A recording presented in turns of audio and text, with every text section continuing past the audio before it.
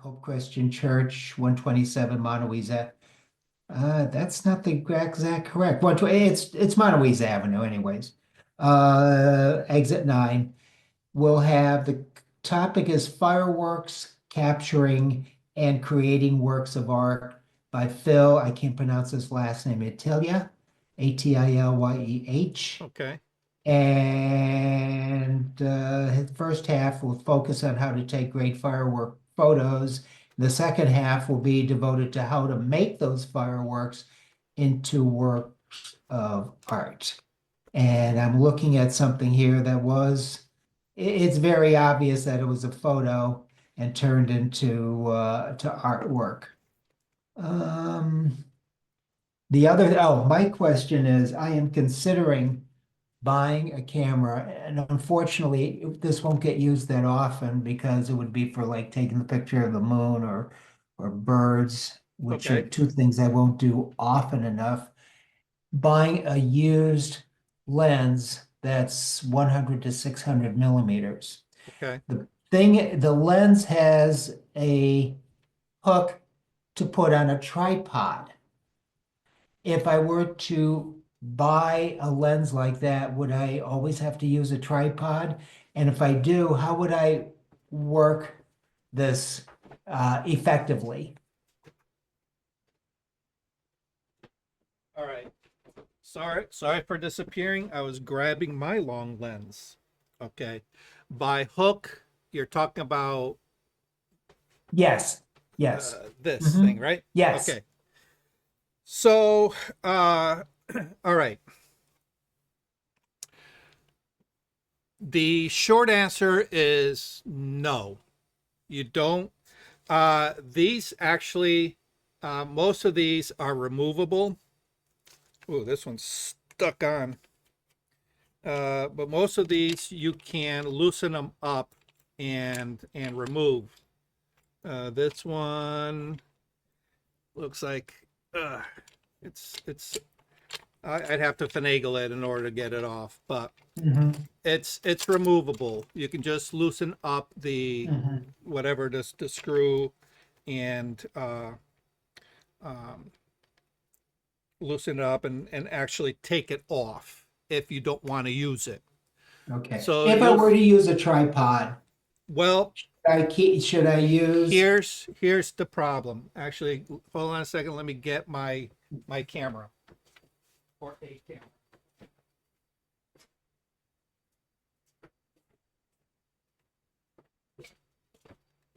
All right. So you got the 100 to 600. Whoop, hmm blur. Come on. Mm.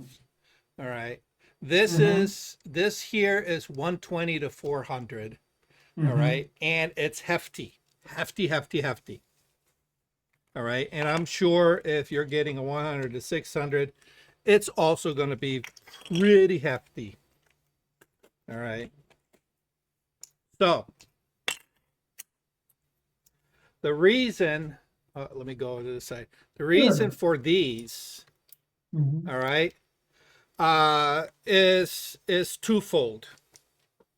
All right, it's multifold. Okay. One, you'll see sports photographers turn it upside down.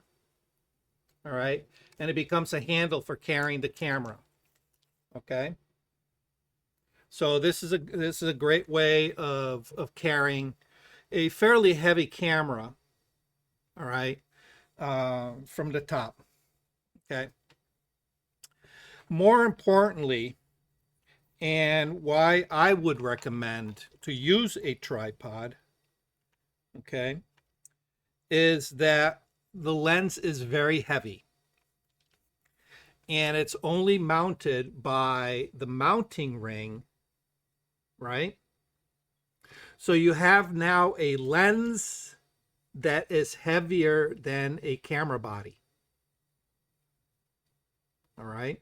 So the rule of thumb is you want to support whatever is the heaviest piece of gear in your setup.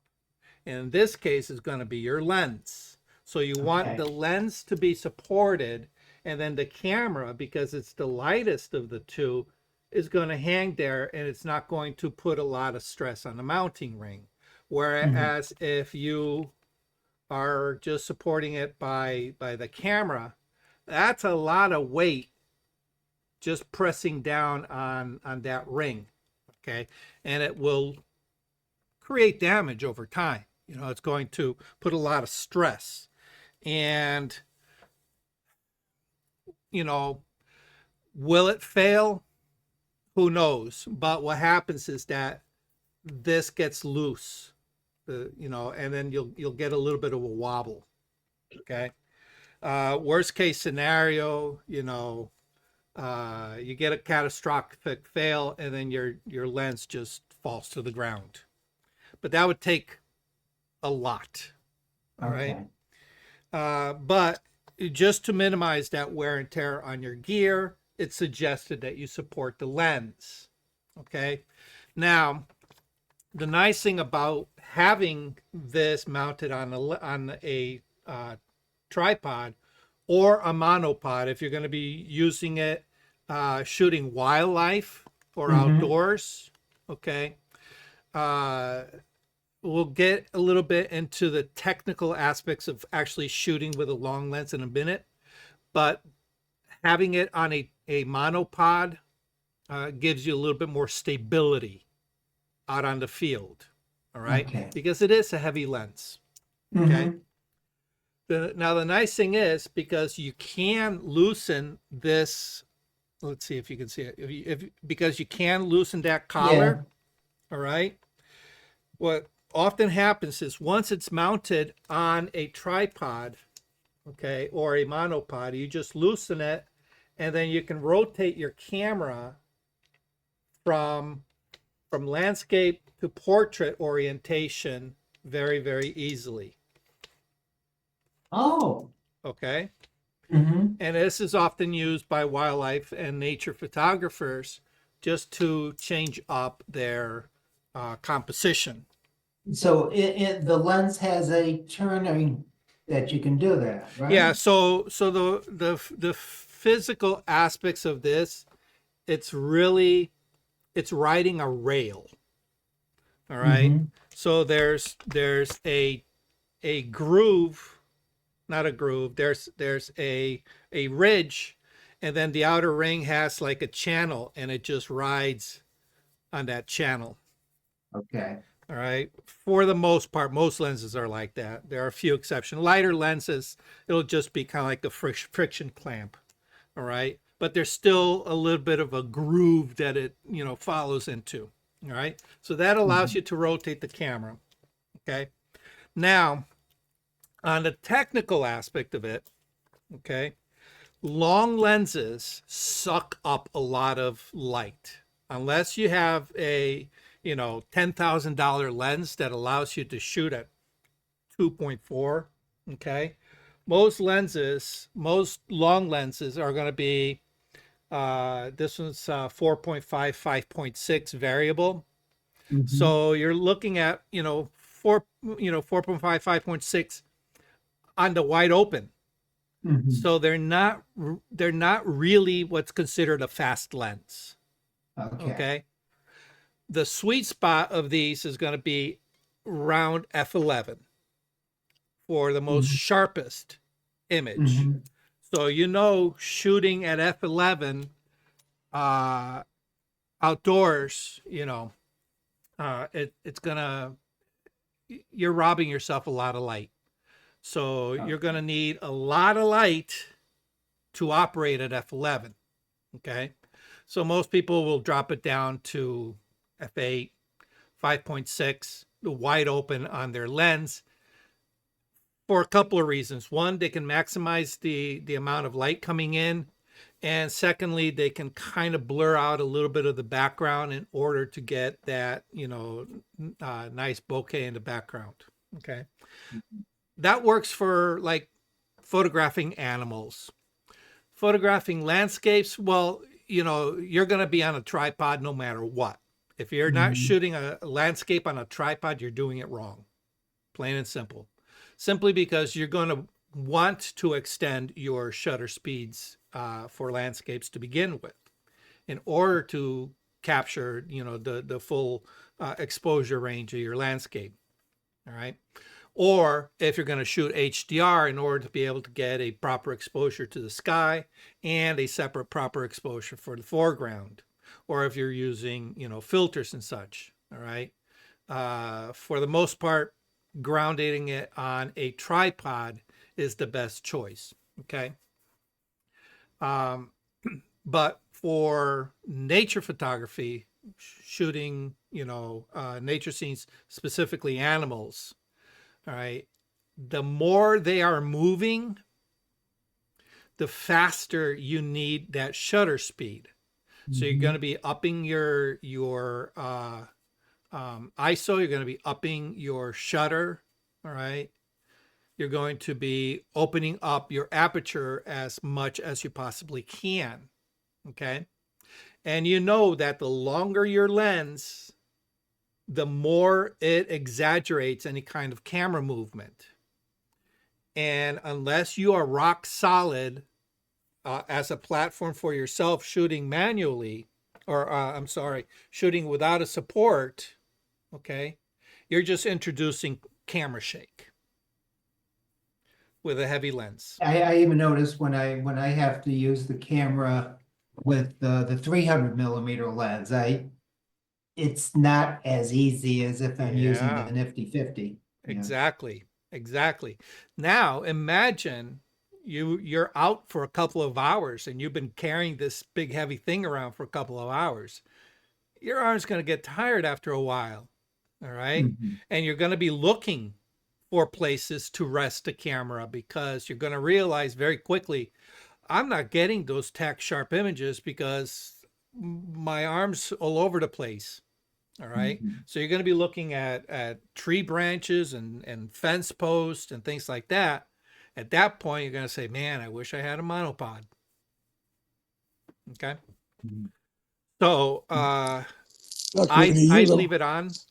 when you use a monopod, you use the front as a leg and spread your legs wider apart, so your two back legs act as the three Yep. points of contact. Yeah, And you actually, lean yeah, that's a and good you point. lean in and you lean into the I monopod lean when you into, shoot. yes. I was just Thanks, gonna say Bob. perfect. I usually lean into it in order to steady it.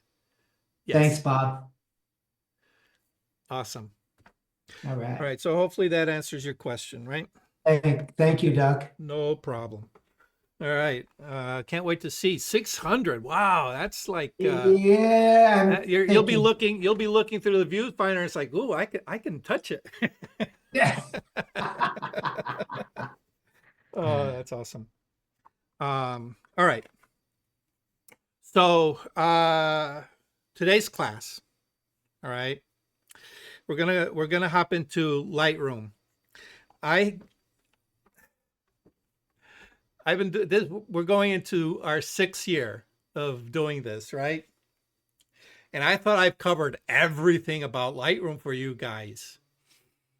And I just got reminded today that I missed something. Who knew? All right, because it's a tool that I personally don't use all that often. So here's the story. A friend of mine, photographer friend of mine, some of you may know him, Rick Saburi. He called me up this morning and he says, Duck, I bought some presets and for the life of me, I can't figure how to load these up on Lightroom. Can you give me a hand? All right. And part of the problem was Lightroom has been in the background changing some things up without actually telling us that they're changing things up. And I'll explain in a second. So some methods that used to work are not quite working the same way now.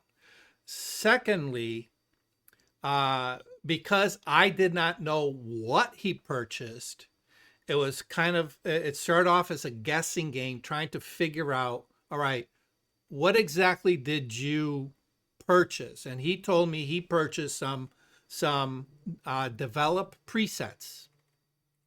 Okay, some developing presets in order to be able to edit portraits a little bit easier, a little bit faster for himself.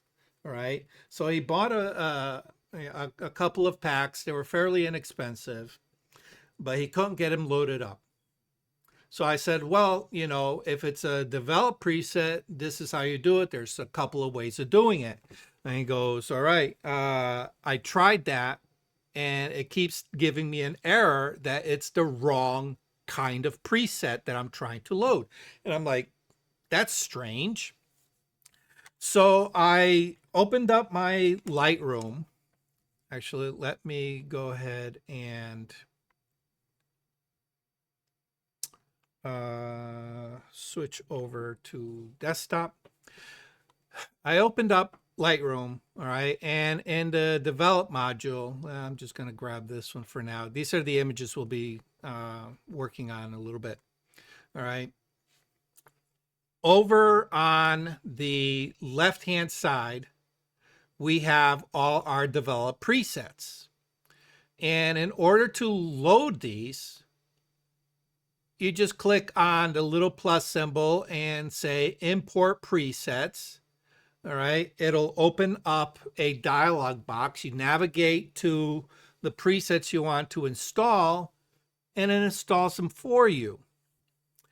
And he goes, I tried that. It didn't work. So I said, okay, do me a favor. Send me one of the files. And he sent it to me. All right. And it had the extension LR for Lightroom template. Okay. Lightroom template, which is a typical file format for these presets. All right. Then I did some digging and I realized Lightroom did a little bit of a bait and switch that I had not realized. I understand now why they did it, but if we open up our preferences and go to where it says presets, now these buttons have always been here, okay? And what they do is they allow you to navigate to your folders for your Lightroom develop presets so that you can load the presets that way, okay? Or you can show all other Lightroom presets. That includes your like export presets and your the book templates and the slideshow and all those other presets that are not developed. Okay. So I went and opened up the show Lightroom develop presets, and the first thing I noticed is it's not in the location that I remember it used to be. And I'm like, okay, this is weird, okay? Because it used to be in, all right, I don't know if you can see up here. I'm on a PC. On a Mac is going to be, the location is going to be a little different, okay? So you got to understand that. But for my location, it's in the App Data Roaming, Adobe Camera Raw. It used to never be in the Camera Raw. Oops, wrong button.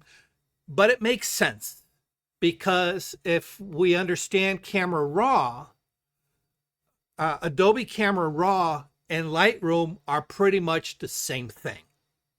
They all share the same tools. So it makes sense that they would share the same presets. It makes sense that whatever presets you load into Lightroom, they would be available in Camera Raw for you as well. So I can understand why they did it. Okay. So I opened it up and I noticed the second thing. These are all XMP files. They used to be LR template files. They are now XMP files. 6 of one, half dozen the others, tomato, you know, that's not the big deal. All right. But the thing is, the files that Rick had purchased were all LR template files. So now I'm thinking maybe he bought an old pack prior to all the updates that Lightroom had done. So, excuse me, I got a sneeze coming on. Of course, now that I say it, doesn't happen. So I asked him to send me one of the files, and he sent it to me. And I tried loading it in, and of course it said it's not the right format. So now I'm thinking, okay, that's very strange. So what I did on my end, I have a whole bunch of presets that I had downloaded years ago when I was first trying to figure out how to use presets. I didn't buy them. I refused to buy presets, personal reasons. But I downloaded a bunch of free ones in order to be able to pretty much analyze them, dissect them, and figure out how they work and how I can use them in my own workflow. And they were the old LR template suffix. So I said, all right, let me see if this will load up. Okay. So I did one, and it worked beautifully. And it loaded it up, and it actually converted it from the old LR template to the new XMP format. Okay. So if you have old presets, I now know you're guaranteed that you can still use them because it'll automatically convert them. So I'm saying, okay, well, it converted my files. Why isn't it converting his? All right. So I'm like trying to figure out what it is that he bought. All right. Come to find out, he actually bought some local adjustment presets. All right. Which is something that I do not use all that often. So it didn't occur to me right off the top of my head. Once he started explaining the package that, you know, from the website that he bought it at and what their purpose was, that's when it clicked. And I realized, they're not develop presets. That's a totally different animal. Yes, they are used in the develop module, but there's a separate section where these are applied. All right. And that's what we're going to talk about today. All right. Everybody with me so far? The confusion that occurred and yeah. Okay. I'll say I'm not sure I know the difference between a preset and one that's called local. Okay. That's what we're going to cover right now. All right. Cool. So,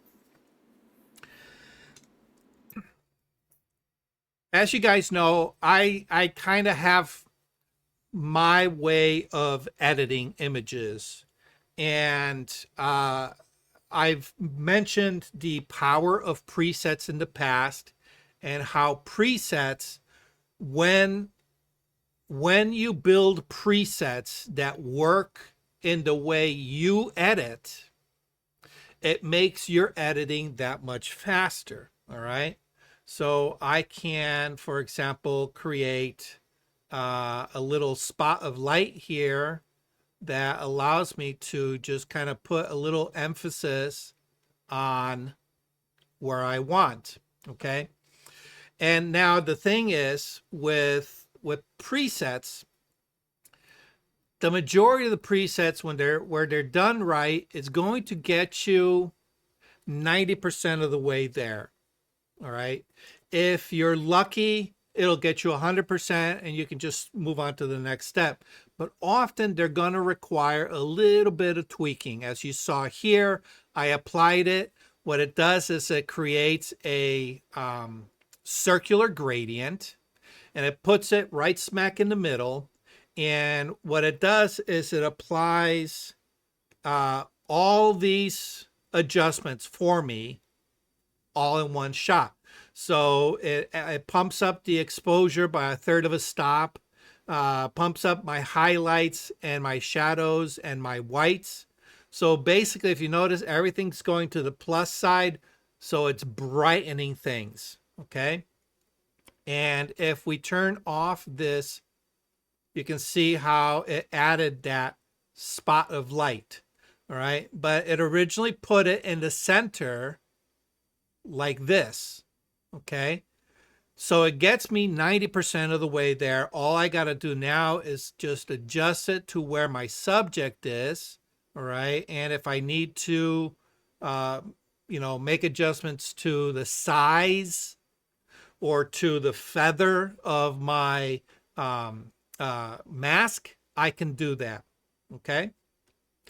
But it keeps me consistent in my editing, and it keeps things flowing fairly quickly. So the fewer steps that I can do in my edits, the better.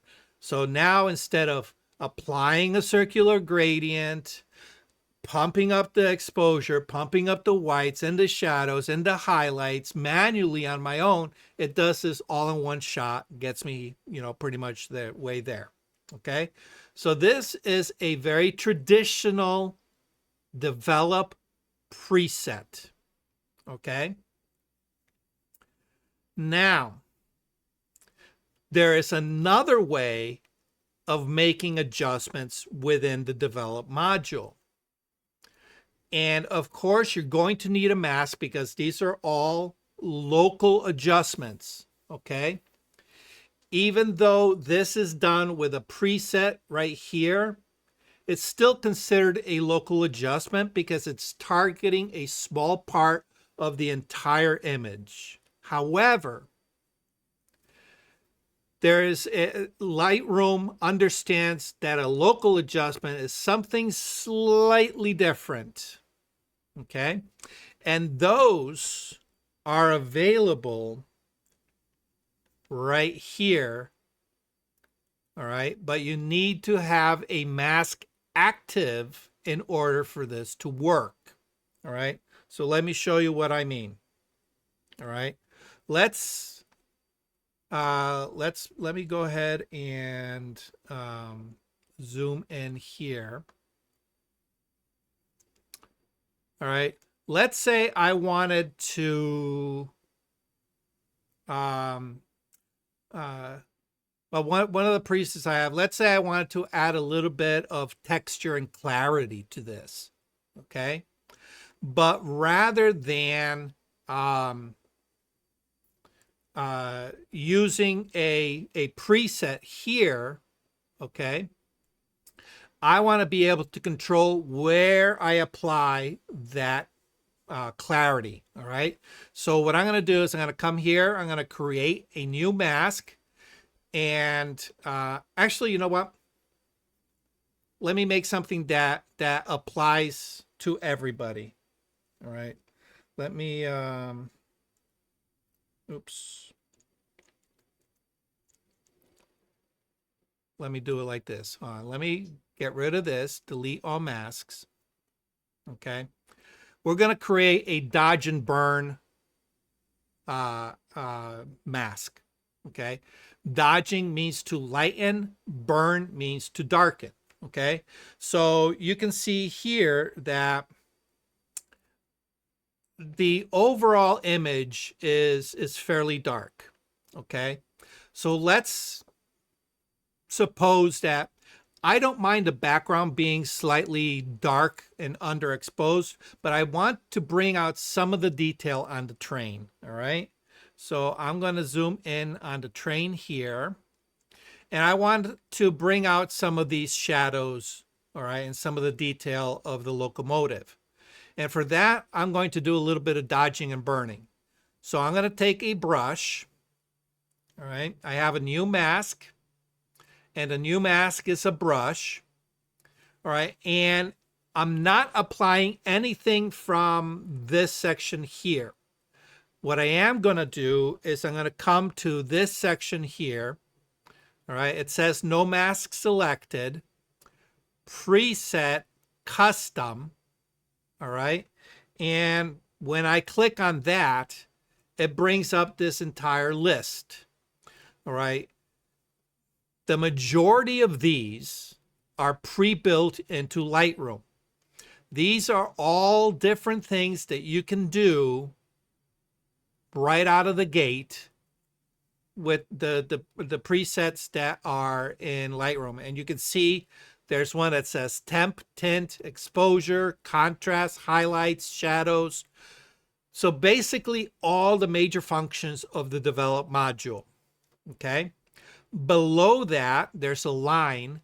All right. And below that, there is a section. Let me see if I can.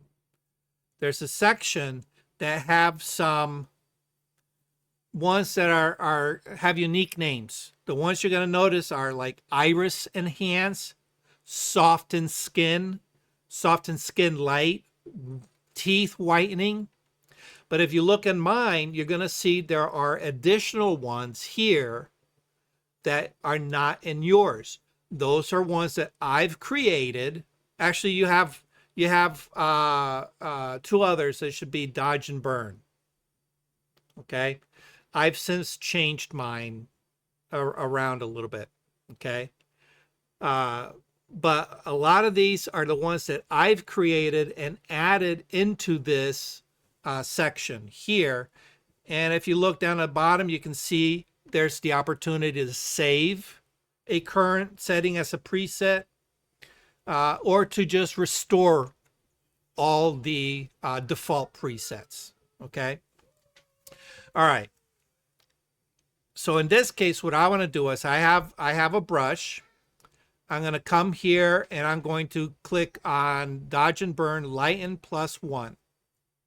And as soon as I do that, you're going to notice that it's now populated in that preset box.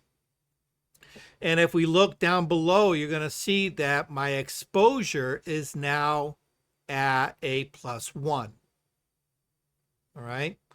So what I've done, oops, wrong button. What I've done is I created that preset to be a +1 dodge with the exposure slider. Okay. So now all I got to do is, if I want, I can change the size of my brush. I can adjust the feather. All right. In this case, I want a very wide feather, so 100%. And I can adjust the flow. Okay. Oftentimes what I'll do is I'll bring the flow down. If you're using a mouse, I'll bring the flow down and build the effect up slowly, a brush path or a brush pass at a time. Okay. If you're using a mouse. If you're using a pen with pressure sensitivity, if you have a light touch, you can do the same thing just with pressure. And at that point, you can just leave it up at 100. And the harder you press, the more the effect is going to apply. If you only go very, very lightly, it's going to apply a very little bit. Okay, so here I go. If I go press really hard, you can see that it's brightening up this area. Okay. And if I press very, very softly, it just brings it up little by little. If I turn on the overlay, you can see how dense the overlay is where I pressed hard, and how transparent it is where I pressed less. Okay. All right. Let me undo that. Okay, well, it's not gonna. All right, so oops, I undid too much. New brush, custom, lighten. Okay, brush a little bit here. Actually, a little bit more there. Oh, I have my auto mask. I want to take the auto mask off. You can use the shortcut A, or you just click on this little toggle here. Okay. You can see how it's creating a weird artifact here. It's because it's excluding certain things from it. All right, so let me delete the brush, add brush. Okay, so I'm just going to brush a little bit here, a little bit here, very, very lightly, a little bit more here. Okay, now if I want the overlay off, just letter O for overlay. That way I can see exactly where I am applying my effect. Okay.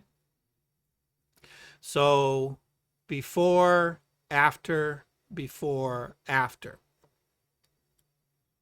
Okay. So now what this does that's different than the presets, okay, is that this local adjustment preset only stores the values. It does not store the mask. That's the biggest difference. With a preset that's stored in the develop preset section, this stores the mask along with the settings.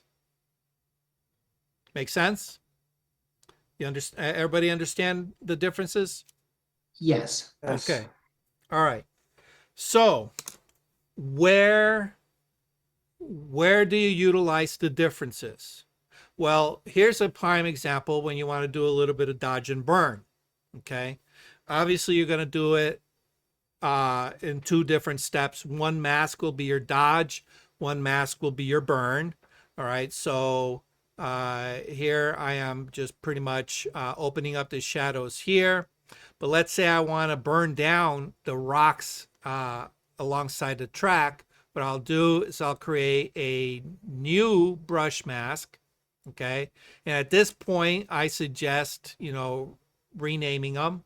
But we're going to now go to where it says dodge and burn darken +1. Okay. And you can see as I brush, I'm seeing the effect of that brush right away. Okay. And I am applying the mask as I am applying the effect. Okay. All right. So we'll rename this one dodge or lighten if that's what you prefer. And we'll call this one burn. Okay. All right. The nice thing about this also is that you can adjust the effect after the fact. So if -1, which is the default, is too much, all right, you can say, okay, I'm going to back it up a little bit. Okay. Or you can use the sliders, the amount sliders. Okay. But again, remember the amount sliders, let's see.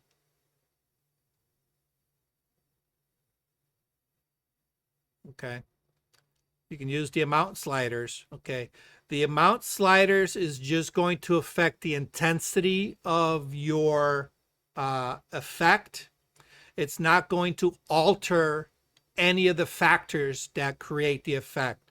So for example, if I have a -1 exposure, let me reset this. Okay, if I have a -1 exposure and I say, that's not enough, I need to make it a little bit darker. Okay, and you say, well, it's actually targeting the wrong part of my exposure. I actually want to target more the highlights than the midtones. Well, we can just come in and change our our sliders here in order to make those changes. Okay. And the amount slider is going to change the amount of all the aggregate of all those sliders that you have, not just that one initial one. Okay. All right. If I were to do the same thing,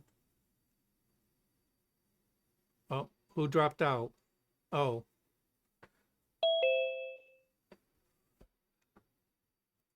Brian, having issues with your connection again?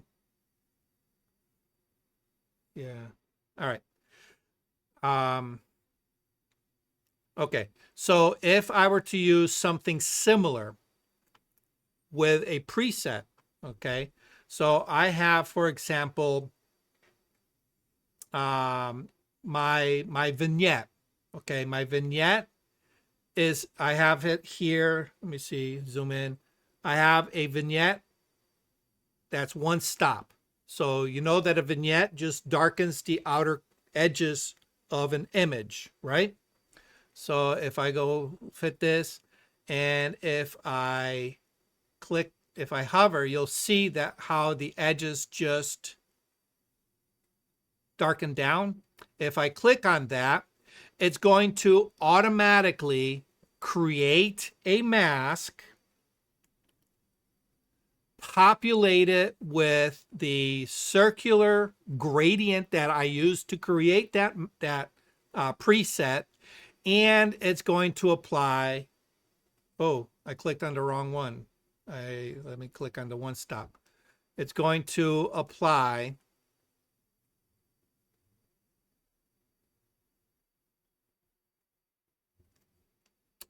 oh, hold on, let me delete vignette. I clicked on the wrong one. There we go. -1 stop. Okay. So now if I need to make a change, I just come to the slider and I make my adjustments as needed. Okay. So again, this gives me my mask. It gives me my adjustments. It gives me my layer. It renames the layer if I wanted it renamed. It does all of that all inclusively. All right. That's what a preset is for. Say, Duck, what you're saying is that dodging burn is not affected by your mask. Is that what you're saying? All right. No, the dodge and burn is going to require a mask.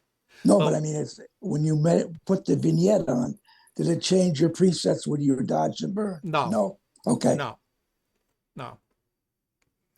As a matter of fact, if we have this vignette here, okay, what I'm going to do is I'm going to go ahead and change the exposure right here. I'm going to change the exposure back to 0. All right, so you can see that I have my mask, but the mask has no properties whatsoever. Okay, none whatsoever. So now I can come over to my local adjustment settings, which is right here where it says preset, custom. We click on custom, it opens this up. I can go here to dodge and burn darken. All right, it's going to darken it. This is going to be a little strange for you. I wrote darken +1. Okay, so basically it's saying it's going to darken at 1 stop, but the actual slider is going to be a -1 because it's removing light. Okay, so the name and the action don't quite match up, but in my brain they do. Make sense? Okay, so I'm darken +1. You can see that automatically it changed my exposure to a 1 stop darken, -1. Okay, so I can apply any of these. All right, the only thing is you have to understand that If I click on something else, it's going to override. All right. So if I do something like the dodge, burn, lighten, it's going to override the previous one because it's being applied to the same mask. Okay. So if you want two different effects, you have to make sure you have two different masks. Okay. That's why you'll want a mask for your dodge and a mask for your burn. Now, the nice thing about it, all right, let me get rid of this vignette mask, is that at any point, all right, I now have a dodge layer and a burn layer. At any point, I can come in and say, okay, I need to do a little bit more dodging here. Maybe I want to do a little bit of dodging. Where is it? Make sure that my mask is, maybe I want to do a little bit of dodging here. All right. Maybe I want to, maybe dodge some of the trees in the background. Okay. Let me bring up the flow. So, all right. So here I can now be very specific as to where I put these. All right. And maybe in the burn, I say, I want to burn down the river right next to it. So here you can see that I am now darkening that river down a little bit. Okay. So before, after, before, after. All right. So this works in a very traditional dodge and burn that you would do in Photoshop. All right. Just using a very soft round brush. Click on dodge. Maybe I want to create a little bit more punch in the trees. Okay. All right. Maybe I want to dodge, burn down this background a little bit more. Maybe I want to, burn down the sky. Whatever it is that you want to do. Okay. Just realize that everything you do with this particular mask is going to utilize that -1. All right. Oh, look at that. I have, all right, my -1. Okay. It's going to utilize my -1 exposure. Okay. Having an understanding of the fundamentals of what each one of those sliders is going to be a little bit more key working in this method, because now as your legs, for example, if you say I want to burn down my sky, you have to understand that to burn down a sky, you're probably better off with the highlight slider, not necessarily the exposure slider. Okay. Also, to burn down a sky, you might want to add a little bit of texture and clarity to it. All right. So if that's the case, if your go-to settings for dodging a sky is to reduce, here, actually, I'll do that. Let me delete all the masks. Okay. Let's say I want to burn down this sky. All right. I'm going to create a brush. Typically, it would just say, select sky. All right. But we're gonna keep it to the to utilizing a brush. Some people like the old school way of doing it. Okay. If I bring down my exposure, you can see that it turns my sky kind of gray. All right. Let me zoom in here. Okay. So that makes it kind of gray. That's not the way I want to burn a sky. All right. I might want to reduce the highlights a little bit. Okay. And the effects, maybe add some texture and some clarity just to bring out more of the texture of the sky. Okay, so 40-20 is typically my go-to. All right. Let's see, the whites, we can take the whites down. No, it's not doing very much. All right, we'll keep that. Okay. All right. So burning a sky requires different types of settings. So now let's say this is something I want to use all the time. All right. I do a lot of landscapes. I want to be able to dodge and burn very specific areas of my sky, not necessarily the entire sky. Okay. So now what I want to do is I want to save this as a local adjustment setting. Local adjustment setting. All right. It's a preset, but it doesn't rely on masks to save the preset. Okay. So what we're going to do is we're going to come here where I have my mask. And it says preset custom. We're going to click on that. And all the way at the bottom, we're going to see save current settings as new preset. Okay. And you're going to notice, if you remember when we made these presets, when you make these presets, you select which adjustments you want to save for these presets. Doing it like this, it doesn't. Whatever you put into those boxes, that's what it's going to save. All right. So in this case, what do? We manipulated the highlight, we manipulated the texture, and we manipulated the not vibrance, clarity. All right. Those are the three things we changed.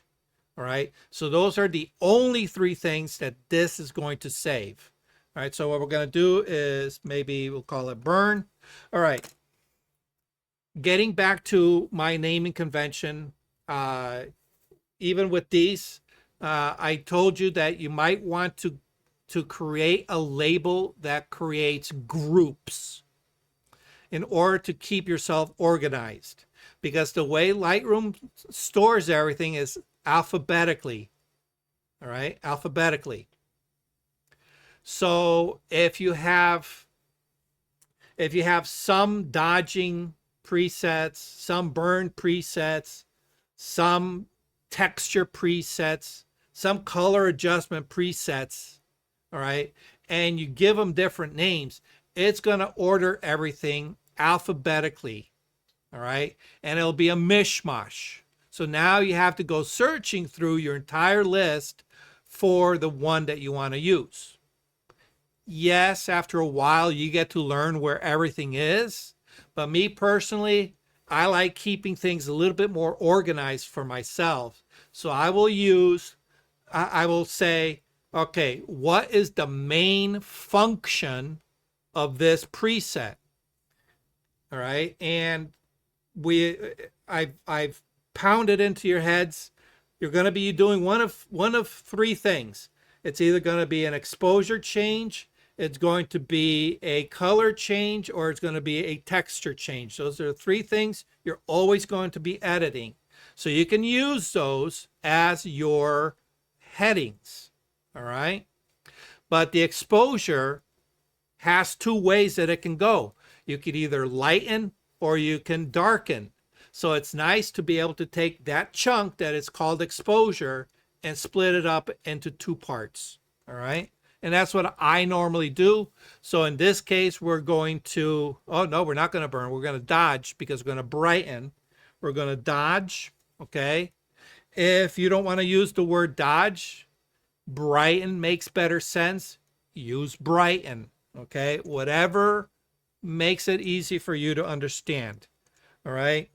If you want, you can use a hyphen. All right. I often use a hyphen, but you can just then append what is this preset for. So in this case, sky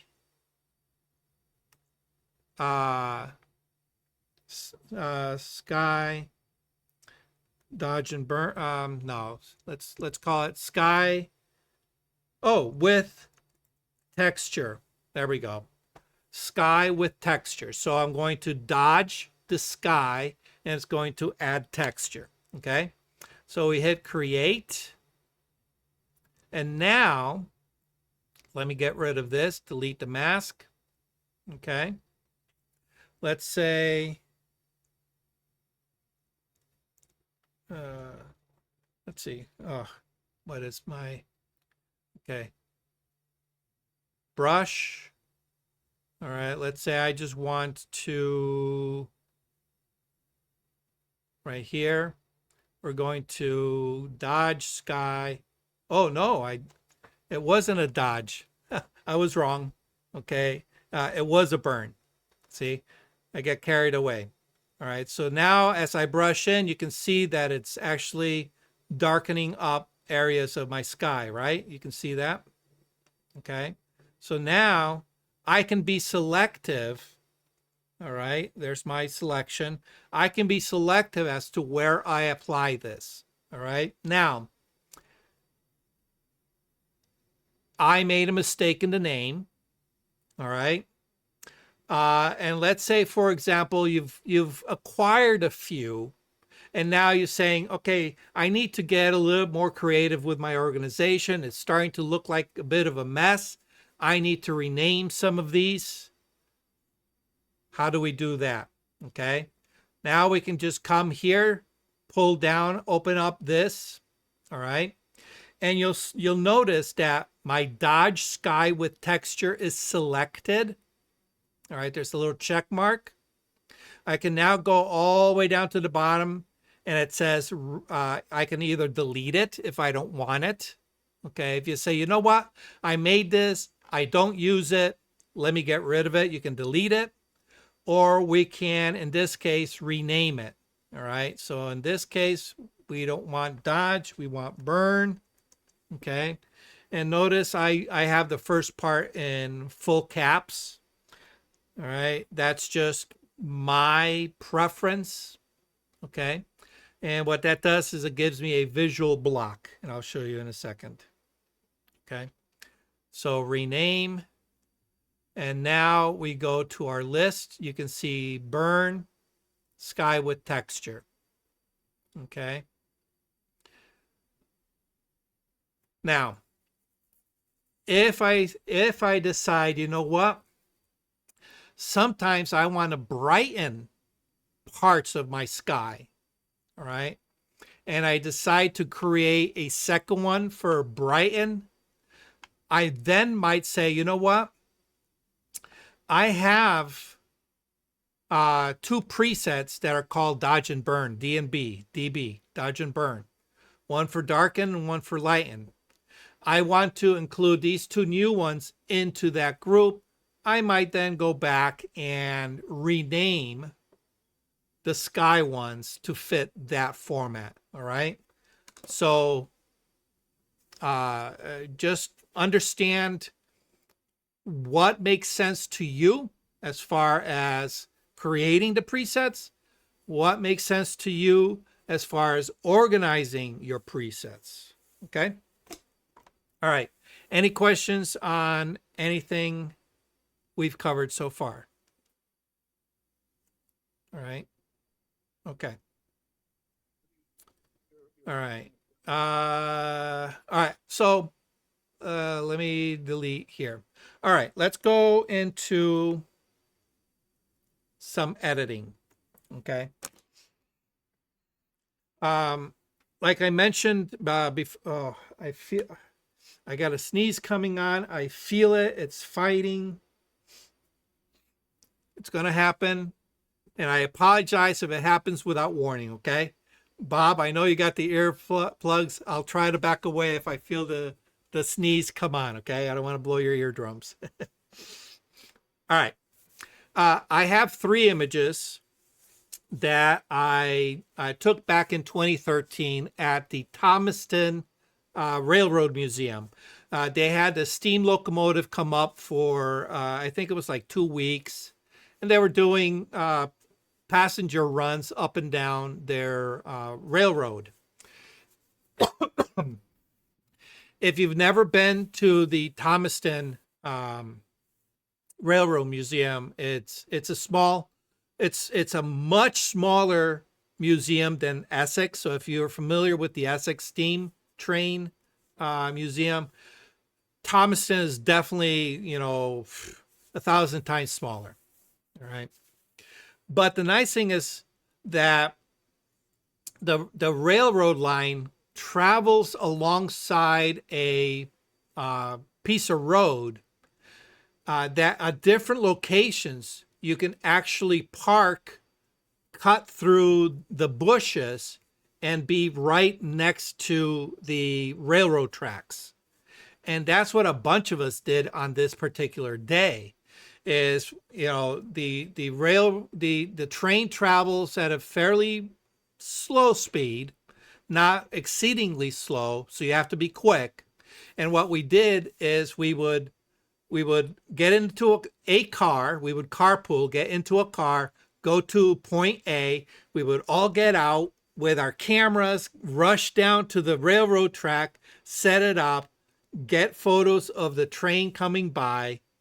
As soon as we got our photos, we would rush back to the car, go to the next point, and repeat it. So we got photos of the train at different locations, right? So you can see that in this one. Oops. Come on. There we go. You can see at this one, we were on the road overlooking the train. This one was further down the line as it goes over this trestle that goes over through some marshy areas, all right? And this one here, this is underneath the overpass that we were at previously. So before, we were all standing right up here with our cameras looking to the other side, all right? Here it is. You can see a bunch of photographers standing here, all right? The engineers don't like people standing that close to railroad lines. Go figure. But anyway, that's what we did. We hopped several ways down the path. All right. So this is the image my original image that I took. You can see I was actually taking bracketed images. Unfortunately, the train was traveling too fast to be effective for HDR shots because you can't really have a moving subject through bracketed images, all right? So what I did is I just picked this one because it preserves quite a lot of the information in the sky. So I can lower the sky, gain data, and I can open my shadows and still have data, okay? And what I did is I edited it to look like an old-timey black and white sepia toned image, okay? So we're gonna get a little creative with the image, all right? And all of this is done in Lightroom, okay? All right. Okay, so let's mark up what it is we want to do, okay? Obviously, the first thing is we might want to darken our sky. Makes sense. Or not necessarily darken, maybe not darken, but bring out the texture, right? Bring out some texture. We definitely want to open up our shadows, right? Okay. I want to maybe soften our background. So soften our background. Okay. And add a little bit of clarity to like maybe the locomotive. So clarity. All right. And then convert everything to a black and white, but have a sepia color overlay. All right. So we're going to go black and white with sepia. With a sepia color. Okay. Kind of give it that old timey look. And last, we want to give it a white vignette. Vignette. Okay, a white vignette. Okay, makes sense. Everybody see the map? All right. And I'll probably end up cropping because I like that longer composition. Okay, so first things first. What can we do globally? All right, let's go to the develop module. Well, globally, we can probably set our white and black points. Okay, so if using the letter J, what this does is it now gives me my highlight and shadow, or my black point and my white point priority warnings. Okay, so you can see everything that is red is now currently. All right, here's Rick, the guy I was telling you about. Awesome. Yay, Rick joined us. Everybody say hi to Rick. Hi, Rick. Hi, Rick. Well, welcome to the club. You missed the part where we were talking about you and the preset. So if you want, you can always catch the YouTube replay, and I walked through how to set up what we went over earlier today. Okay. As a matter of fact, how did it go? Any luck with those presets? You're muted.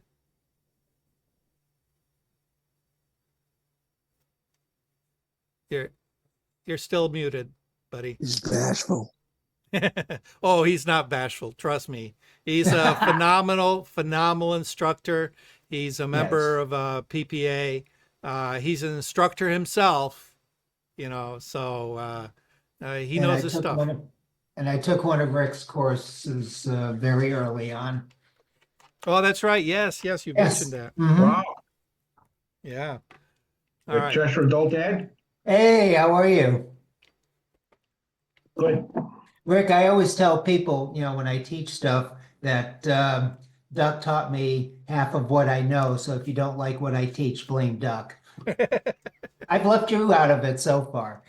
Oh, nice. Wow. I don't know how to take that. All right. How to go with those presets, Rick? Good. Yep, I started using them. I did some practicing. All right. Awesome. So Okay. I'm gonna put them on my laptop later. Nice. So we'll be using some of it, some of that here with this. I'm just getting started with editing this image. Yeah. The only thing that you miss is that I marked it up as to what changes I want to see in this particular image.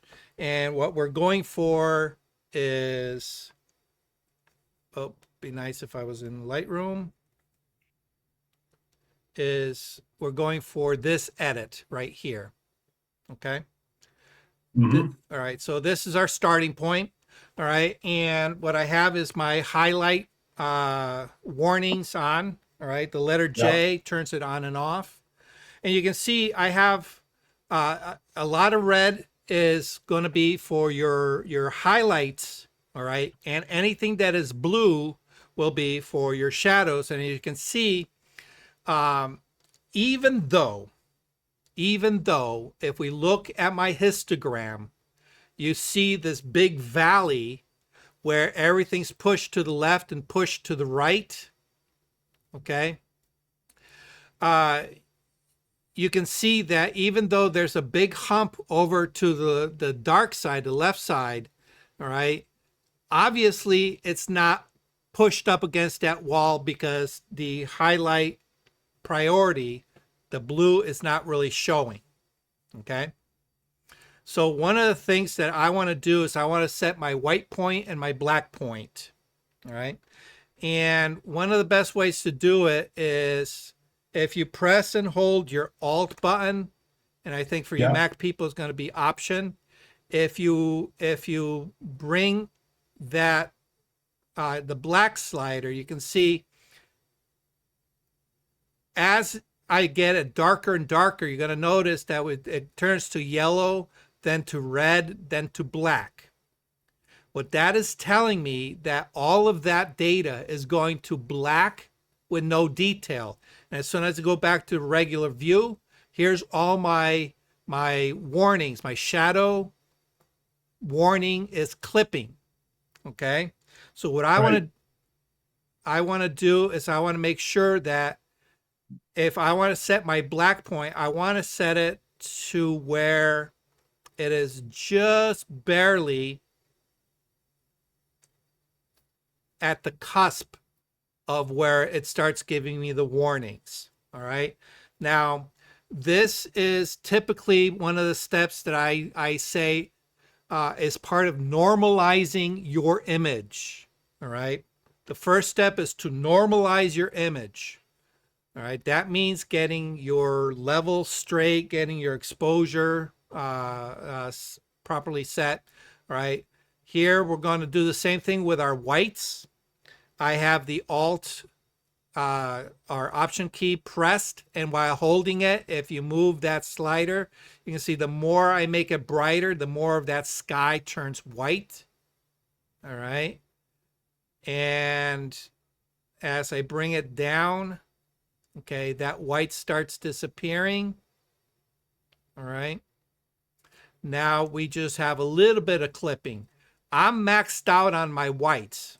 I cannot go any more darker with my whites. Okay. So at this point, I might say, all right, I'm going to bring my highlights down. All right. But now keep in mind that what we're doing here is we're setting our white point. If that white point starts creeping down darker and darker, anything that should be white, it's going to start turning to gray. And we're going to start losing a little bit of that contrast on the high end. All right. So you have to watch your balance. All right. So at this point, I have my whites and my blacks set. I also have my highlights set. So if we look at the sky, there are only a few areas that are really, really bright. And you have to ask yourself, is this within tolerance of what I want to do with my image? And of course, it's a bright sky. So skies are supposed to be light. Okay. So that to me is okay. But if we look at it, you'll see here's the here is the before. You can see there's barely any texture in the sky. And then after, just by setting our white point, we've brought back a lot of the texture in that sky. All right. Now all that's left is me to open up the shadows on the train. And I'm just going to bring my shadow sliders. And at this point, if I press and hold the Alt key, it's not going to make a difference because we are not really moving the black point. All right. We want to just open up the shadows a little bit. Even though it's going to pull the blacks, okay, it'll pull the blacks along with it. It's going to be very, excuse me, it's going to be very minor, okay? Because I'm not really opening up my shadows too much. I just want a little bit more detail to come through in this section of the locomotive. And by default, we're also getting it down here on the trestle, which is a bonus. Okay? So before, after, before, after. All right? These are all global changes. These are all normalization changes. Pretty much nothing truly artistic here. Okay? Everybody with me so far? Yeah, okay, good. All right, now we want to get to some of the artistic aspects of this. Okay? One of the things that I said was I want to soften up a little bit of that background, specifically the foliage. Okay? So at this point, we're looking to do an edit on what? The texture. Okay? For Rick's benefit, the way I teach, you're going to be making one of 3 changes to your edits. It's either going to be luminosity, color, or texture. Those are the 3 things in every image that gets edited. All right. We've pretty much balanced our luminosity. All right. We haven't really added any pop. That'll be part of our artistic modifications. All right. But now I want to soften all this greenery in the background. Okay. We've brought up the texture in the sky, so I don't want that affected. So I have to be careful. I cannot use a global adjustment, okay? I can't come here to the, where are we? Our basic panel and say, okay, I'm going to drop my clarity. You can see it softens everything, including the sky. That's not what we want, okay? But we are going to use the clarity, all right? And at this point, we have to rely on our technical skills and understanding how we use Lightroom, okay? So we need to make a selection. The easiest one, of course, you can say, well, I'll just grab a brush, okay? But a brush, remember, has edges, has a transition that may overlap into areas you don't want affected. All right, so now you have to work around any kind of little detail. Okay, you can say, well, I can do, you know, big clumps and use like a radial filter or a linear filter, but that again, any overspill you're going to have to correct. Okay, so this says, well, we have some AI filters or AI selections that we can utilize. Oh, yeah. Here we go. Let's take a look. We're going to target the greenery. All right. So there's a clue right there in the name, the greenery of our image. So I can probably, let's go to our local adjustments, our masks. And what I'm going to do is I'm going to use a range mask. And when we pull up the range mask, you have the option of either color or a luminance range. All right. Depth range is grayed out on mine because my camera does not create a depth map.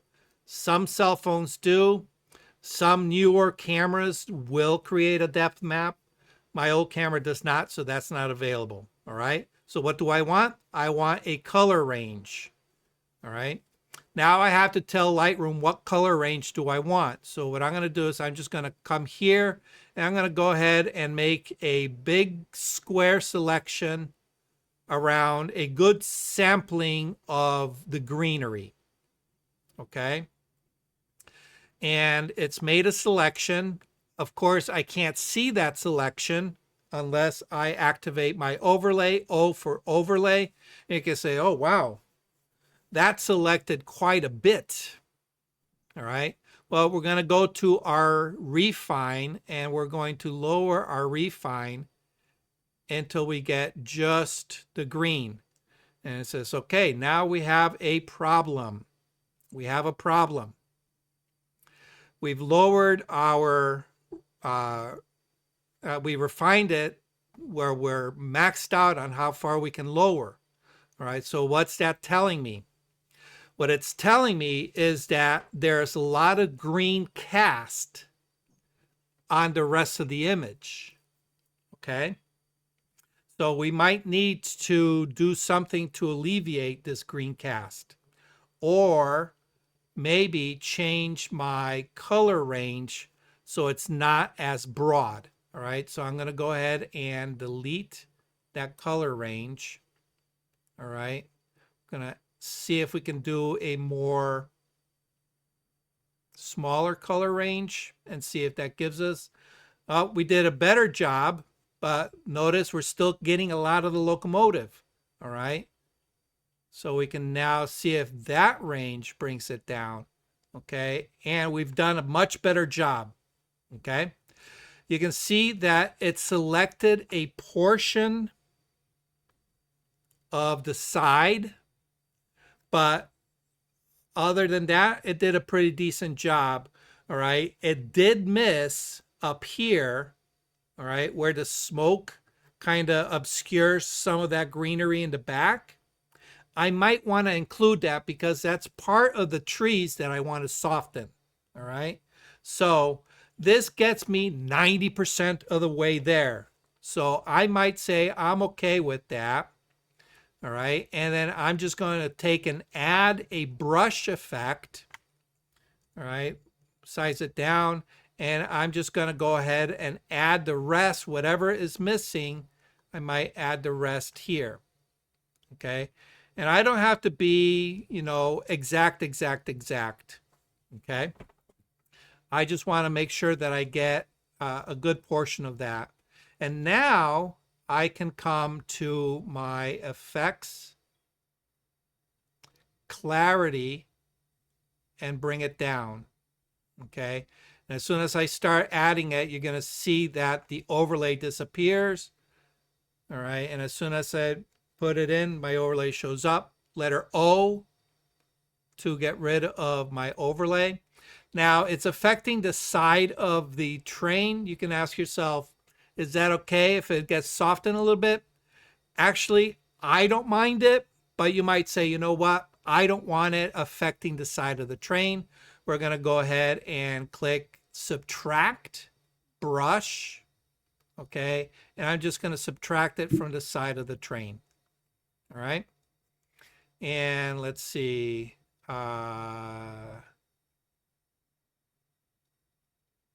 Detail. Oh, where was it? Effect?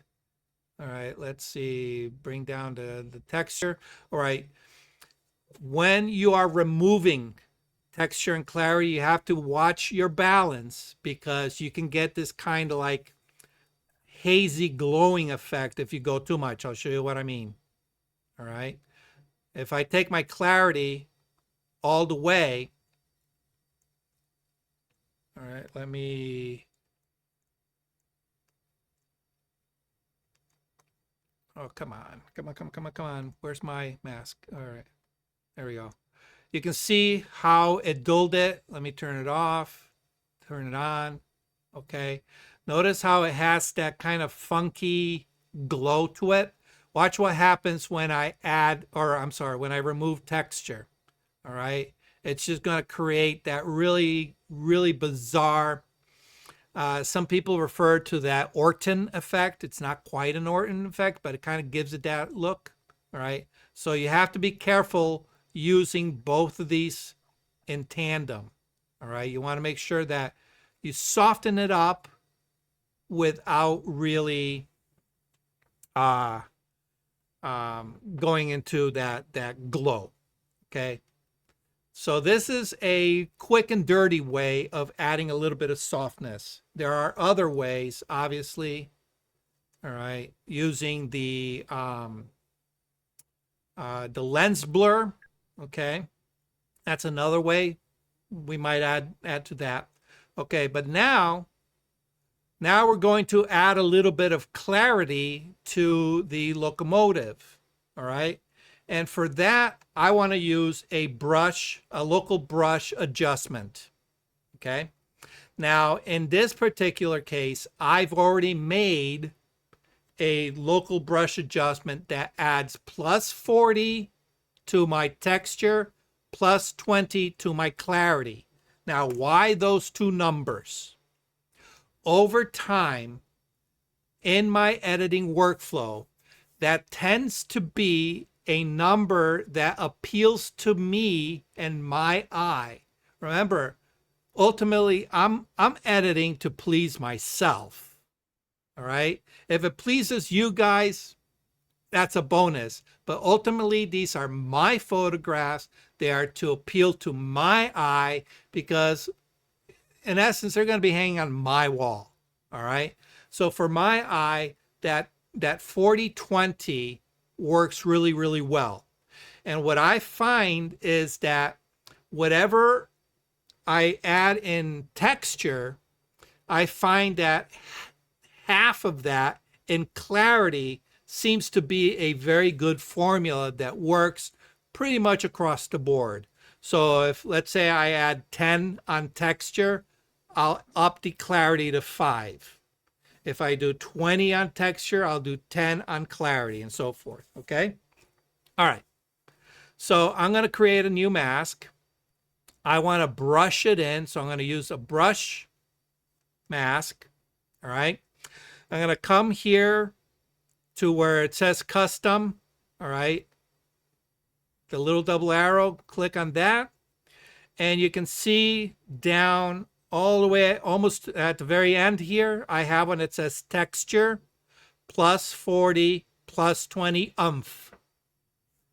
It's my naming convention, all right? It's a texture preset, all right? Remember, it's either going to be luminosity, color, or texture.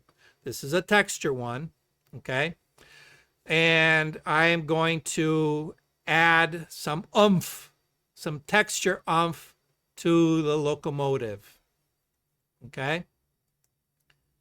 All right, and let me zoom in here. All right, and I don't know if it's, yeah, there you go. You can see the difference, okay? Because texture, all right, it's a sharpening effect, all right? And the way it sharpens is it boosts the contrast on a micro level, all right? It's not a macro contrast, it's a micro contrast, all right? So all the fine detail is going to get that little bit of a contrast boost, okay?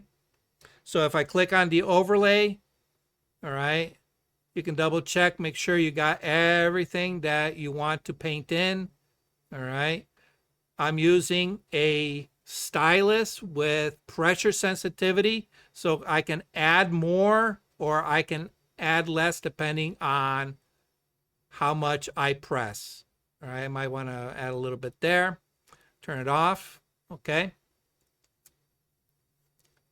Before, after, before, after. Okay, makes sense?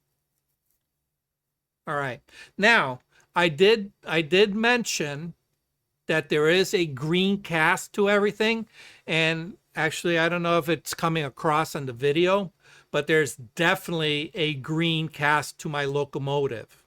All right, if the plan was to keep this in color, I will want to remove that green cast. I'm going to be converting it to black and white and adding a sepia tone, so that doesn't bother me. All right, but just keep in mind, if you're editing for color, you'll want to correct that green cast. All right, so everybody see how I can use a local adjustment just by brushing it on? All right, Rick, this one's for you.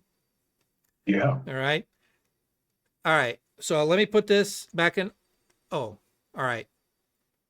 If you press and hold the Option key, or I'm sorry, the Alt key, Option for your Mac people. If I press and hold the Alt key, you notice that it goes from a plus brush, meaning it's an additive brush, to a negative brush, okay? So this is a toggle that goes from your main brush selection, in this case it's my A brush, to the eraser brush, okay? And obviously that's a little bit large, so I might want to reduce it, okay? So as you are brushing, if you say, oh, you know, I went a little bit too much, I want to remove it from here, I'll just go ahead and click on the Alt button, and I can go ahead and just erase from areas that I don't want it affecting. All right, and then as soon as I let go, I'm back to adding, erasing, adding. Okay, and they'll have separate settings. All right, you see my flow is very low on the erase, so that allows me to use the eraser to kind of fine tune a little bit. Okay. Any questions about using the brush? All right. All right, so that is our, pretty much, I think, what I wanted to do as far as that part is concerned, okay? The rest is just converting it over to black and white, okay? So we're gonna go to our basic tab. We're gonna click on black and white, all right?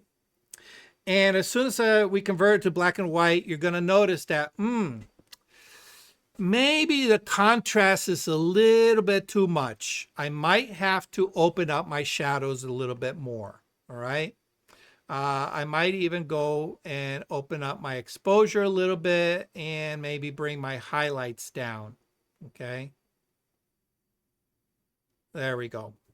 Because what I'm eventually going to be doing is creating a white vignette in order to replicate the old-timey photos. So I know my edges are going to get lightened up anyway. So that's going to reduce the visual perception of the contrast. Okay, that's a little bit different than the actual contrast. It's visual perception. Okay, so that's that. Now we're going to add our color grade. Okay, so what is sepia? All right, the sepia tone is basically that brownish red coloration to the emulsion of the old-fashioned photos. All right, and it was usually because of the aging process. Okay, it's due to the aging of the paper, not necessarily something that happens right out of the gate. Okay, out of the gate, they used to be black and white. All right, Rick, correct me if I'm wrong, but I'm pretty sure I'm correct. The original prints were black and white, and they were very crisp, but over time, the paper yellowed, giving that, and because they were chemically coated, it gave it that burnt umber look. So that's what we're going to. If I could raise one comment. Yep. Portrait studios, back in the day, going back to the 20s and 30s and even earlier, had their own specific print toners. Yes, true. Yep. So maybe not necessarily sepia, a little warm, a little dark, and it identified their individual style. Cool. Awesome. Learned something new today. All right. So what we're going to do is we're going to replicate that. All right. Now, typically with sepia toning, all right, it would be more noticeable in the highlights than they were in the shadows. All right, if you look at the old-timey photos, you're going to notice that the shadows stayed relatively dark. We're not really looking to tint the black point. We are looking to tint the light point, okay? So now if we look at our color grading panel, you're going to see that there are 3 points that we can target within our image. Our shadows, our midtones, and our highlights. Okay? So you would think, just right off the top of your head, that, well, I want to target the highlights. All right? And you would be correct. Okay? You'd be correct. But what we're looking to do is we're looking to not only the highlights, but we want it spilling over into our midtones and also spilling over a little bit into our gray tones, our darker gray tones. All right. So I don't want to have to come up with 3 different settings for my highlights, my midtones, and my shadows in order to give, that sepia tone. You can if you want to. Like Rick mentioned, different studios had different mixtures to give a unique look. If that's something you want to replicate, by all means, experiment to your heart's content. Me, I like keeping things simple. I'm just going to go with one setting. So what I'm going to do is, if we look here, we see that the first one is all 3. That's usually considered like the default view. The second view is you can target either the shadows, the midtones, or the highlights individually. So I can go ahead and select these individually. Or the last one. The last one is a global. Okay? And this is what I'm going to use to apply this. Okay? Now, what is sepia? Sepia is a brownish tone. Okay? In physics, in light physics, there is no brown. Brown does not exist. Brown is a perception of a color that we have labeled as being brown. But brown is actually a orange color, a dark orange color.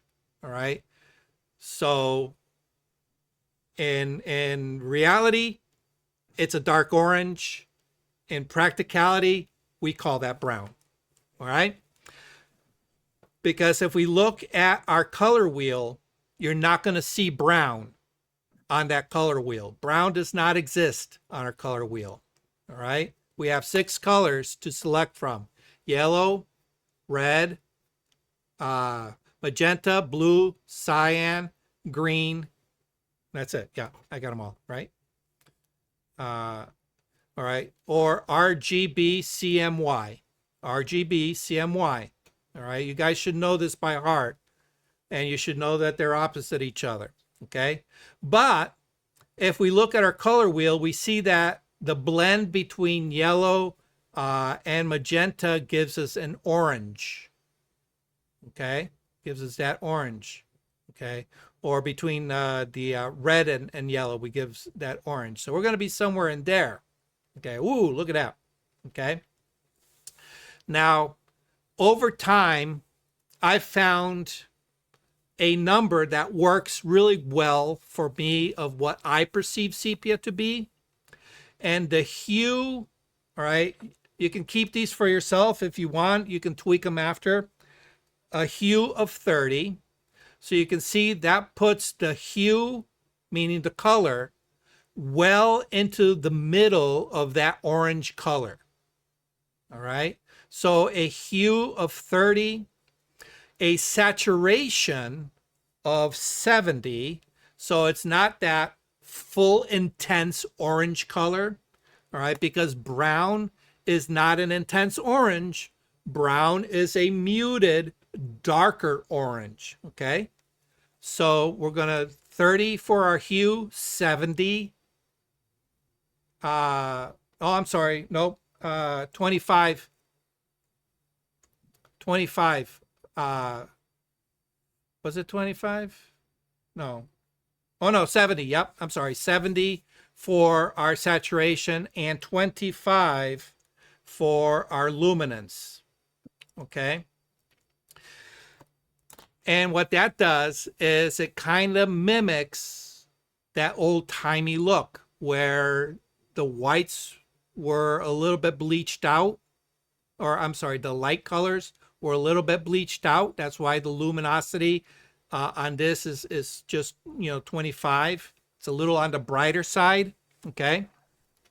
So now if we toggle that on and off, you see this was before our standard black and white, and this is our sepia toned. Okay. So if we look into our blacks, there is a little bit of tint, but if we look at it, let me see if I can go in. All right, let me turn the highlights off.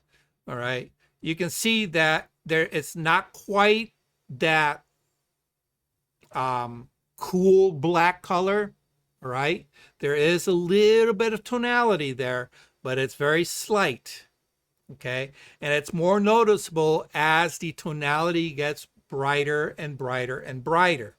However, when we get to the really bright brights, all right, we're not seeing that color influence. It's kind of just washing out into the white, but there is a little bit of color.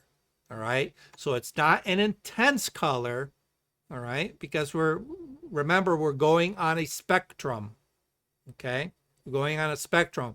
We are influencing the gray tones that are existing in our image. All right, so if this was film, the gray tones is where there would be that silver nitrate. Okay, and where there's white, there would be more paper. So less influence on the paper of the tonality, more influence on where the silver nitrate is. So that's what we're replicating. Okay, and that's pretty much it for the toning. One layer, or I'm sorry, one adjustment. Okay, with the global setting. You can tweak the colors if you want, but I found these numbers work pretty much 99% of the time. Okay, and all that's left to do is give myself, I want to crop. Let's give it, I kind of like my 16:9 crop. I want to crop the train a little bit more into the center, all right, to give it that old-timey look, because everything was centered on the old-time photographs. Okay, that looks pretty good. And then the effect, we're going to give a little bit of a bleached edge, a white vignette. How much to taste? That looks about right. And there we go. We have before and after. Before and after of your replica sepia toned old timey photo. Any questions?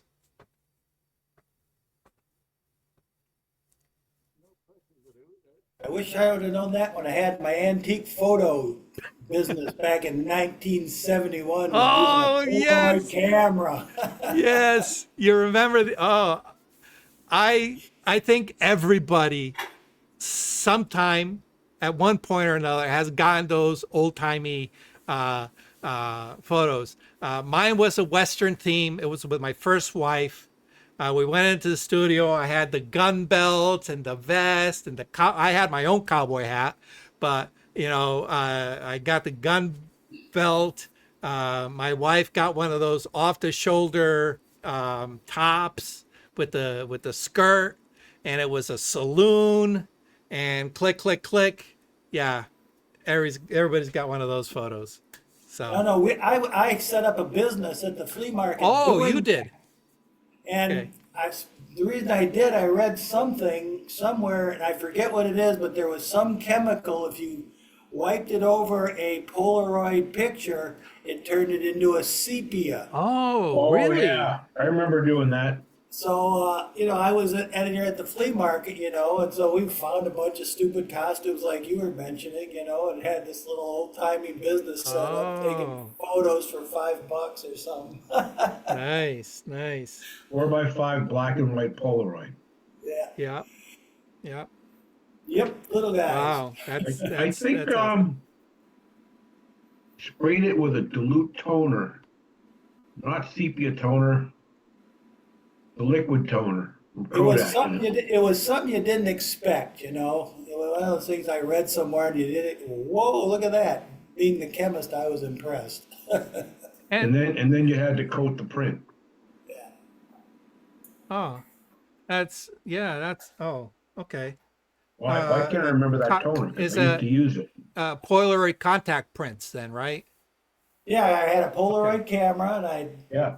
take a picture and then I do remember wiping something, but it might have been to fix it like he just said. But Yeah, you spray it with a toner solution and then let it dry a little and then coat it.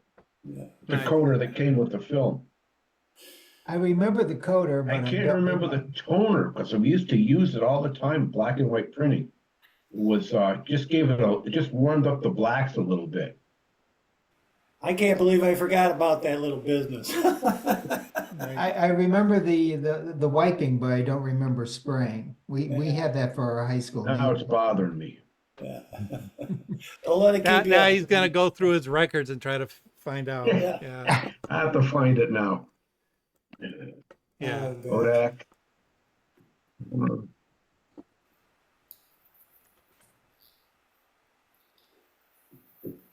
All right.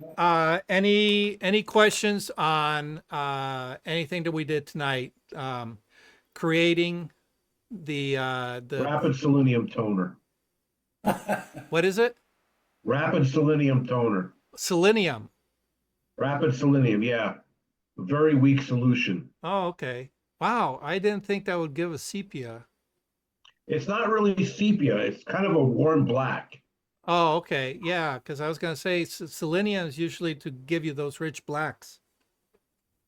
All right. Anyway, Sorry to take everybody off course here. that's okay. That's okay. We learned something new. Yeah. All right. Besides, you didn't do it. Brian did it. Brian. Yeah. I just looked it up. I remember seeing the bottle, but I don't remember Yeah, ever yeah. it being used. Cool. All right. So anyway, how are we doing for time? We're almost at our time. Oh, you can still buy it. Oh, yeah. Oh yeah. Used to All use it those when I was chemicals are teaching. still available. There are plenty of people that still got dark rooms, Oh, yeah. so okay. All right. And to show you that particular process, all right, I used it on this image as well. Okay. All right. And what I did is I just used a brush to kind of give that fog effect in the background. So it looks like a train coming out of the fog. Okay. And that's before, oh, let me see. This is the before and this is the after. Wow. Okay. The before, it just looks underexposed. Yes, it was. I was exposing for the sky for this one. All right. Just to kind of review, when it was a group of us that went to the Thomaston Railroad Museum, and what we would do is we would chase the train up the track. We would hop out, set up, and at this point, this is back in 2013. I was doing a lot of experimentation with HDR. One of the guys that was in the group, phenomenal teacher on HDR processes back in the day. and I was trying to incorporate some of his teaching into my shooting. Unfortunately, because the train was moving, none of them were useful. But it was a good practice to get my brackets done properly. And this was bracketed for the sky. So that's why I used it in this particular one, because it preserves all the detail in the sky. So it's basically exposed. Actually, it's actually exposed for the left more than it is for the right. Okay, but with the advent of digital editing today, yeah, we can really push things a lot. Okay, and the other image that was this one here, and this is the final results. Not a sepia tone, but you can see how I used the texture. I brought out the texture of the front of the locomotive by adding that clarity brush on this image. So if we look here, this is the front. This is all just that clarity brush. And then this one here just adds a little bit more. Duck, the background, is that Reynolds Bridge by the old Route 8? I don't know the name of the bridge, but it is off of Route 8. Yeah. Okay, that is Reynolds Bridge then. Yeah. And so as you get off, yeah, as you get off Route 8, Yes, off exit 45, 36. 44, whatever it is. 36 or 37, I Is it, can't remember. is it that? Oh, that's right. Yeah. It is before 36 or 37. All right. If you take a left, it takes you to Torrington or Yes. to Thomaston. Yes, yes, If you take a right, it's going to hook back towards Waterbury. yes. But if you take a right, that's where that bridge is. All right. And as Yes, soon as you yes. go over that bridge, if you take a left, there's a little road there. You can just pull off to the side and go down the embankment, and it puts That's you right good to here. know because I've been wanting to get a picture of that bridge and I just didn't know where I could go. Thank you. Yeah, yeah. I don't know. The vantage point might be better from the other side of the brook. All right. I've tried that and Um, the path, it just looks very industrial over there. yeah, but if yeah, there is an industrial building. I'm sure, depending maybe on a weekend when the place Yeah. is closed, just park in the parking lot and walk. It looks like Okay. there's a lot of brambles there, Mhm. but there might be a way to get around from that side. Yeah. Okay. That road, when you take left or if you take right coming off the highway, that's the old Route 8 before they built the superhighway. Ah, okay. See, again, learn something new. I grew up in that area. Yeah. All right. Any final questions? No, Rick, did you have any questions about anything that you did no, earlier? I have to experiment and play around now. I have to practice, Okay. but I've been missing out on a lot of Lightroom. Yeah. Well, you're more than welcome to join us. Yeah, this has been Um, great because there's so much I don't know about Lightroom. What I use it for day to day doesn't even scratch the surface of how powerful Lightroom is. Yeah. Yeah, and it's only gotten more and more powerful. Like I tell these Yeah. guys, I do about 95, 99% of my editing is done in Lightroom, Yeah, unless I yeah. have to work I've with been doing layers. pretty much Photoshop and layers for, I don't know, the last 25 years.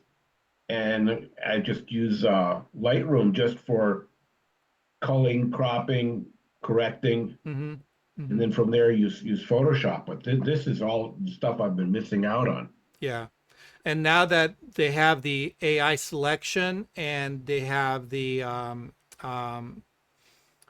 AI erase, Yes, I used and that today. those, you know, it's getting more and more where you don't need to open up Photoshop.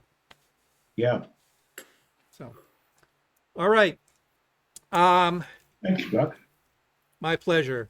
Uh, Brian, let's see, next week, I'll see if I can find some images that will work good with that color isolation, like the example you showed. Yeah. So maybe we'll tackle that, some creative photography with color isolation for No, next week. yeah. Plus, it just gave me some ideas to start looking for, that as a project out there and a reason to go out and take a picture. There you go. You know, A spring project. yeah. Not to get into the weeds here too much, but several years ago, I decided I was going to go into New York on a rainy day because I purposely wanted to photograph wet city streets with the reflection of the neon in the streets, right? So me and one other guy, we picked a date that it was supposed to be raining. Okay. Actually, no, it was a group of us. Picked a day that was supposed to be raining. It was the forecast called for rain all day. We had our rain gear. We had our protection for the cameras. We had tripods, the whole 9 yards. A bunch of us, almost a dozen of us, went into New York. It started off being wet, and it was completely dry. Completely dry the entire day, right? So here it is. We're all getting hungry. It says, okay, let's go get some lunch. We're around the corner from the restaurant. Guess what happens? The sky opens up.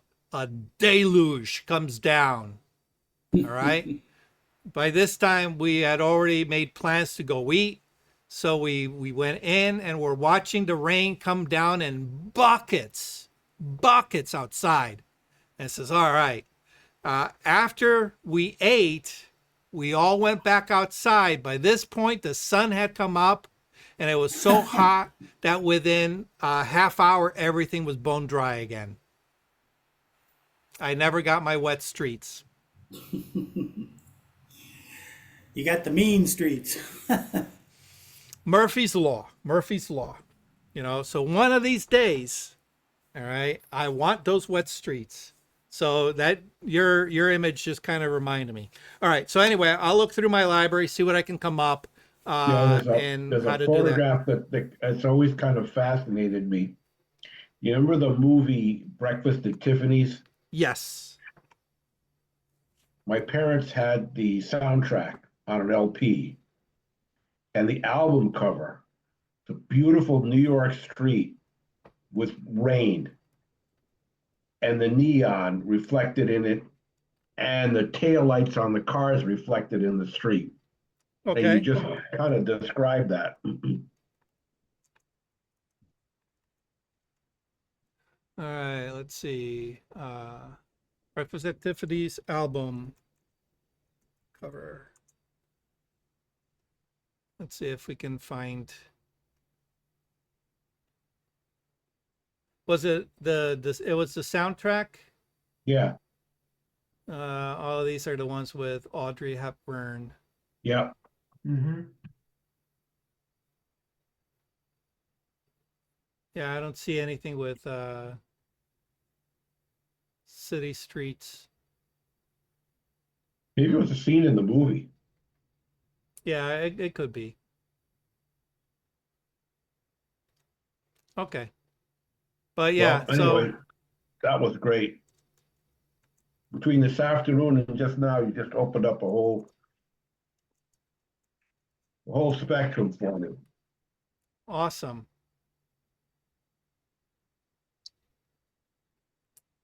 Me too, because I never knew about these things, that you could do presets at that level before. Yeah, and I got to thank Rick for reminding me because, like I said, that's not a technique that I use too often. So yeah, it reminded me that I've never covered that with you guys. So thank you, Rick. Yeah, thank you. I can't find it, but I have, it's not neon, but I came across doing this accidentally. I was in Waterbury and Memorial Day weekend, and I took pictures of flags at City Hall, and I wanted to take a picture of the chaplain who saved men during World War II in an incident, I think on a PT boat. And that statue is in front of the rectory at the Basilica of the Immaculate Conception. I can't find it. Maybe next week. But the thing is, that's when I found out that, taking pictures when it's raining, it's not a bad idea. No, not at all. It's all about being creative with lighting, you know. And this was with a cell phone. Yeah, that doesn't matter. Uh, Cell phone's still a camera. okay. Okay. Next week. I'll show it next week. Yep. All right, Thanks, guys. Doc. Thank you once again for hanging out with me. We'll see you next week. Same bat time, same bat channel. If in the meantime anybody has any suggestions for doing things down the road, send them my way. Okay. Good. Right. Everybody, Have a good one. Okay. Bye. stay safe. All right. And where is there we go. Thank you for watching Learning Photography with Duck. Brought to you in association with Milford Photo, your local full-service camera store. Located in downtown Milford, Connecticut, Milford Photo offers you a personalized shopping experience. From the latest camera gear to printing and framing services. And, of course, educational workshops to teach you the finer aspects of photography. Don't forget to tell them Duck sent you.